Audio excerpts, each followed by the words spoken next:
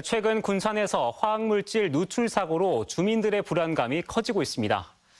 그런데 2차 전지 관련 기업의 입주가 이어지면서 이들 기업이 내뿜는 막대한 양의 폐수를 바다에 방류한다는 계획을 정부가 발표해 논란입니다.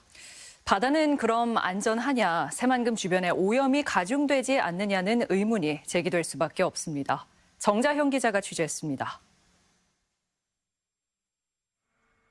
두툼한 제독복을 착용한 소방대원이 연기 자욱한 공장 내부에서 방제 작업을 벌입니다. 한 달이 멀다 하고 터지는 화학물질 누출 사고. 전북 BLS를 비롯한 2차 전지 관련 기업에서 최근 집중적으로 터지는 사고입니다. 지난 7월 군산 새만금 산업단지가 2차 전지 특화단지로 지정되면서 관련 투자가 잇따를 전망. 그만큼 사고에 대한 불안도 커지면서 새만금위원회가 2차 전지 기업 관련 환경관리 대책을 처음 발표했습니다. 2차 전지 기업의 새만금 투자 급증으로 인한 환경오염을 사전에 대비토록 환경 기초시설을 확충하고 화학 사고를 예방하기 위한 대책입니다. 정부가 발표한 안은 크게 두 가지. 폐수와 폐기물 공용 처리 시설의 용량을 늘린다는 것이 하나입니다. 비흥항에 위치한 폐수 처리장 부근에 관로를 추가해 2차 전지 제조 과정 중 발생하는 폐수를 공용으로 처리하겠다는 것. 하루에 5만 톤가량의 폐수를 처리할 수 있도록 설계가 진행 중인데 현재 입주한 기업 17곳 중 절반 가까이가 이용할 수 있을 전망입니다. 많은 양을 한꺼번에 처리를 할 수 있고 인건비나 또는 처리 시설비나 이런 것들을 합리화할 수 있잖아요. 여러 군데서 한꺼번에 받아가지고 처리할 수 있으면.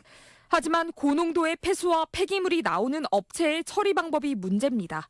공용 처리장에서 처리가 불가능할 정도로 염도가 높아 자체 처리로 방류 기준을 맞춘 뒤 외해, 즉 먼바다의 폐수를 방류하겠다는 계획이기 때문입니다. 양극재나 전해질 등 2차 전지 소재를 만들 때 발생하는 폐수는 미생물이 살 수 없어 처리가 쉽지 않은 고염도입니다. 환경부와 새만금개발청은 그러나 외해 관로를 설치할 장소와 관로의 크기, 개수 등 구체적 내용은 설계 중이라는 이유로 함구하고 있습니다. 내년부터 설계를 할 건데요. 그런 구체적인 수치나 규모들은 그때 정해질 예정입니다. 처리수 샘플에 대한 부분은 받거나 자료를 하지는 못했어요. 다만 그런 배출호용 기준이나 이런 부분들은 환경부에서 챙길 걸로. 결국 군산항 부근이나 새만금 부근이 방류 장소가 될 수밖에 없는 전망. 바다와 새만금의 오염을 가중하고 수산업에도 악영향을 미치는 것은 아닌지 우려가 제기됩니다. 기업 부담을 덜어주기 위해 추진된다는 연안방류. 결국 새만금 2차 전지 특화단지 연내 10조 투자 달성이라는 장밋빛 전망에 사로잡혀 산업 폐수와 폐기물 대책에 손 높다 급조한 대책은 아닌지 점검이 필요해 보입니다. MBC 뉴스 정자영입니다.